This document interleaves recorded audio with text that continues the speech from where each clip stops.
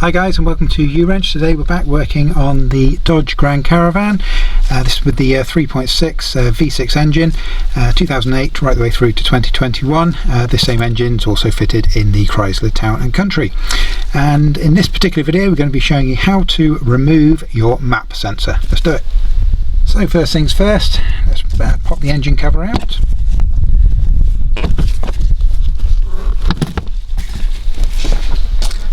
So the location of your map sensor, so if we look right in here towards the rear of the engine, this is the map sensor right here.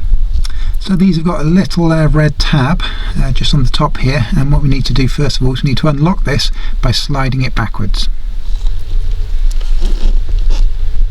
It can be quite tricky. If you get something in the front there, just push it gently backwards, just slide it back like so. You need to push the little tab down, give that a bit of a pull, a bit of a wiggle, and that will remove the electrical connector. So to remove this you actually have to twist it around. It's approximately 90 degrees there or thereabouts. If you turn it through 90 degrees, give it a bit of a pull. See, I'm not quite there yet. You can kind of feel where's right. You try putting it there, it's not quite right. Turn it a bit more, not quite right. But you'll feel it kind of settle in, and that's where it comes out. So here's the part number if you need to order a new one. You can buy these quite easily on Amazon. We'll add some links for you to Amazon.com and Amazon.ca for the cheapest ones of these available. So please go down and check out those links and help support us.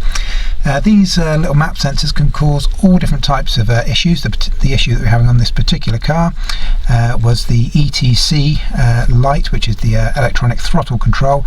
Light would flash, the car would start, but the light would flash. And so this is one of the suspect components that we're going to be looking at today. But these can cause all sorts of problems, and so as a good starting point, replacing one of these is generally quite cheap, and so if you're concerned about a particular problem, this might be a good first place to start. Also worth mentioning as well, you can clean these. So that's worth doing. You can kind of put a straw in there or put some spray in there. What you don't want to be using is kind of abrasive things like brake cleaner. You can actually buy map cleaners, and you can also use things like you might be able to get away with like electronic circuit cleaners and that kind of stuff, but you don't want to be putting on hardcore stuff like brake cleaner onto sensors.